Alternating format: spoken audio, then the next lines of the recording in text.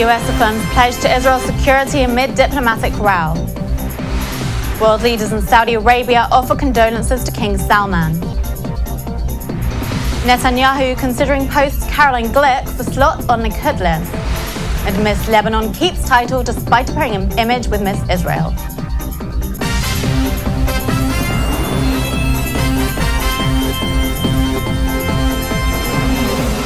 Shalom and welcome to the Jerusalem Post News. The top stories for January 25th. Amid a diplomatic row between Prime Minister Benjamin Netanyahu and US President Barack Obama, the US affirmed its commitment to Israel's security on Friday. The White House dismissed accusations that Netanyahu had set off a diplomatic crisis by accepting House Speaker Republican John Boehner's invitation to address a joint congressional session on the need to increase sanctions against Iran without first informing the White House. Netanyahu's visit to Washington in early March will mark the first time since he took office in 2009 that he won't meet with Obama during a visit to the capital. President at this point does not plan to meet with Prime Minister Netanyahu on a visit that apparently is scheduled for March.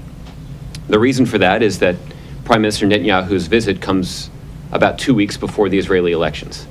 And this administration goes to great lengths to ensure that we don't give even the appearance of interfering or attempting to influence the outcome of a democratically held election in another country. World leaders gathered in Saudi Arabia on Saturday to meet its new King Salman after the death of King Abdullah on Friday. Russia's Prime Minister Dmitry Medvedev, Britain's Prime Minister David Cameron and Prince Charles, and French President Francois Hollande were among those who offered condolences to the new king. Obama will cut a trip to India short to visit Saudi Arabia on Tuesday. Salman takes charge in Saudi Arabia at a time of deep uncertainty in the kingdom, surrounded by a region in turmoil and nervous about both Iranian influence and the spread of Islamist militants. Likud officials said last night that Netanyahu is considering offering Jerusalem Post senior contributing editor Caroline Glick a slot on his party's list. Glick said that she had not yet been offered anything formally, but was flattered to hear that she was under serious consideration. Glick is a former advisor to Netanyahu and has maintained a positive relationship with him, even though she has criticized him at times. She strongly criticized his decision to release 1,000 terrorists in exchange for kidnapped soldier Gilad Shalit, but clarified last night that she understood it was a tough decision and has no doubt that he's the right man to lead the country. And Miss Lebanon Sally Jarij won't lose her title or face punishment for appearing in a selfie with Miss Israel Doron Matalon.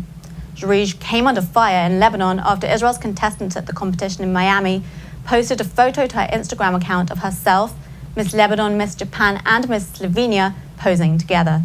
The photo circulated on Lebanese social media, bringing harsh backlash against Jarij for posing with a representative of an enemy state.